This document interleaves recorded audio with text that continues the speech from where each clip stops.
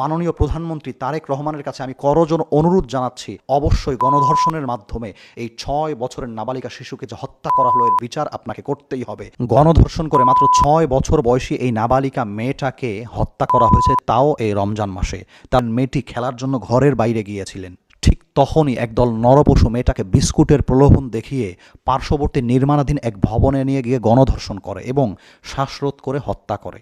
চিন্তা করা যায় এই রোজা রমজান মাস যখন শয়তানকে পর্যন্ত বন্দি করে রাখা হয়, প্রত্যেকটা মানুষ নিজে পরিবর্তন হতে চায়, গুনাহ করা ছেড়ে দিয়ে থাকে, সেখানে একদল মানুষ নামে নরপশু একটা ৬ বছরই নাবালেক বাচ্চার উপর কি পাশবিক নির্মম নির্যাতন করতে পারলো, আপনি চিন্তা করলে আপনার গা শিউরে ওঠার কথা। আমরা এমন একটা নষ্ট সমাজে বসবাস করি। আমি সব সময় বলি, বাংলাদেশের মানুষ মুখোশ নিয়ে থাকে। মুখোশের আড়ালে বাংলাদেশের অধিকাংশ মানুষ ধর্ষণকারী, চোর, ডাকাত, খুনি। শুধু সুযোগের কারণে হয়তোবা সে খুন করছে না, ধর্ষণ করছে না, কিংবা চুরি ডাকাতি করছে না। এই সমাজে ভালো লোকের অভাব। রোজা রমজান মাস প্রত্যেকটা অপরাধী পর্যন্ত অনুতপ্ত হয়ে ভালো হয়ে যেতে চায়। সেখানে কেন, কি কারণে এই নরপশুগুলো এই কাজ করলো? অবশ্যই আমি দৃষ্টান্তমূলক শাস্তি চাচ্ছি এর।